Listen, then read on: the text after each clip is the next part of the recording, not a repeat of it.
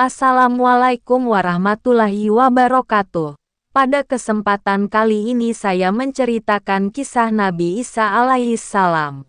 Nabi Isa alaihissalam menjadi salah satu dari 25 nabi yang wajib kita imani oleh setiap muslim. Salah satu bentuk mengimaninya adalah mengetahui kisah dan mukjizat apa yang dimiliki. Sama halnya seperti nabi-nabi yang lain, Nabi Isa juga memiliki keistimewaan tersendiri. Mulai dari cara lahirnya yang tidak biasa, hingga dialah sosok yang akan turun pada akhir zaman nanti.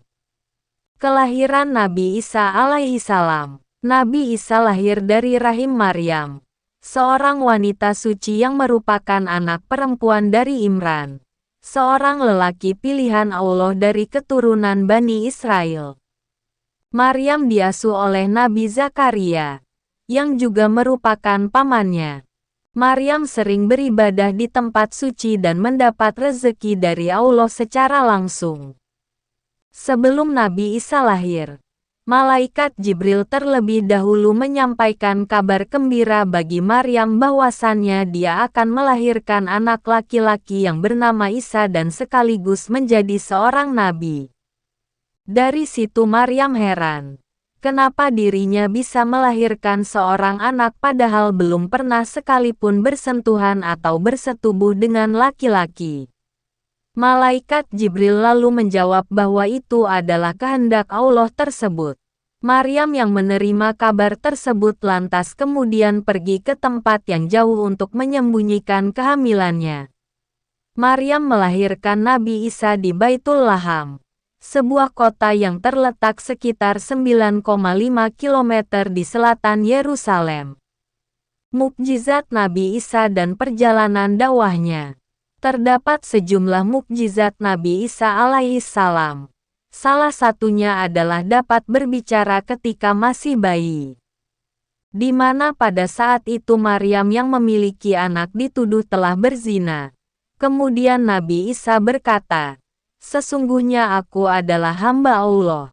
Dia memberikan Alkitab Injil dan dia menjadikanku seorang nabi." Nabi Isa juga dapat menghidupkan orang yang sudah mati atas seizin Allah. Beliau pernah menghidupkan seorang bernama Lazaro atau Lazarus yang sudah meninggal selama 4 hari. Selain itu, Nabi Isa juga dapat menghidupkan burung yang terbuat dari tanah liat. Mukjizat lain yang dimiliki Nabi Isa adalah mampu menyembuhkan orang buta dan berpenyakit kulit atau kusta hanya dengan menempelkan tangannya ke tubuh yang sakit. Nabi Isa diangkat menjadi nabi dan rasul Allah pada usia 30 tahun dengan tugas untuk berdakwah dan menyebarkan agama Islam kepada Bani Israel di Palestina dan membenarkan kitab Taurat yang diturunkan kepada Nabi Musa. Nabi Isa tidak sendirian dalam berdakwah. Ia memiliki 12 sahabat setia yang disebut Hawariyun atau para pembantu. Mereka adalah orang-orang yang percaya kepada risalah Nabi Isa dan bersedia membantunya dalam menyebarkan agama Allah. Namun, tidak semua Bani Israel mau menerima dakwah Nabi Isa tersebut. Sebagian besar dari mereka menolak, memusuhi dan mencoba membunuhnya. Permusuhan antara Bani Israel dengan Nabi Isa yang semakin menjadi-jadi membuat Allah berkehendak untuk mengangkat Nabi Isa ke langit agar terhindar dari pembunuhan dan kejaran dari mereka. Allah membuat salah seorang sahabat Nabi Isa yang bernama Yudas Iskariot diserupakan dengan wajah dan postur tubuh Nabi Isa sehingga ia ditangkap oleh tentara Romawi atas laporan para pemimpin agama Bani Israel. Yudas Iskariot lalu disalib oleh tentara Romawi sebagai hukuman atas tuduhan bahwa ia adalah Al-Masih yang diklaim sebagai Raja Bani Israel yang memberontak terhadap pemerintahan Romawi. Hal tersebut disampaikan dengan firman Allah dalam surat An-Nisa ayat 157-158. Artinya, dan kami hukum juga mereka karena ucapan mereka, sesungguhnya kami telah membunuh Al-Masih. Isa putra Maryam, yang mereka ejek dengan menamainya Rasul Allah padahal mereka tidak beriman kepadanya. Mereka mengatakan telah membunuhnya, padahal mereka tidak membunuhnya dan tidak pula menyalibnya. Tetapi diserupakan bagi mereka orang yang dibunuh itu dengan Nabi Isa.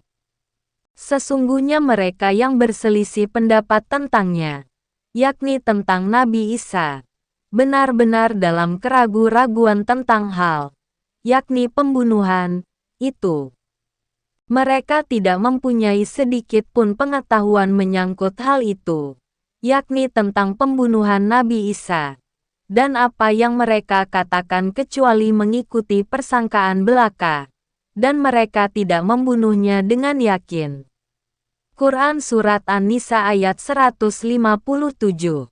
Tetapi Allah telah mengangkat Isa ke hadiratnya. Allah Maha Perkasa, Maha Bijaksana. Quran Surat An-Nisa ayat 158. Kebangkitan Nabi Isa alaihi salam. Kebangkitan Nabi Isa AS di akhir zaman nanti telah dijelaskan dalam Al-Quran. Seperti dalam surat Az-Zukhruf ayat 61 dan An-Nisa ayat 159.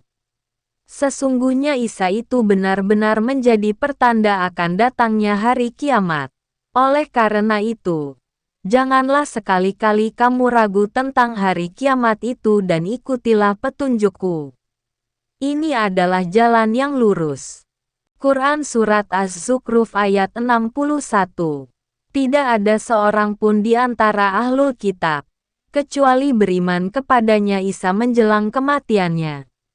Pada hari kiamat Isa akan menjadi saksi mereka.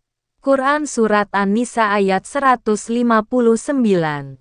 Disebutkan dalam beberapa riwayat, bahwa turunnya Nabi Isa pada saat akhir zaman adalah untuk memburu Dajjal dan membunuhnya. Mungkin cukup sekian. Wassalamualaikum warahmatullahi wabarakatuh.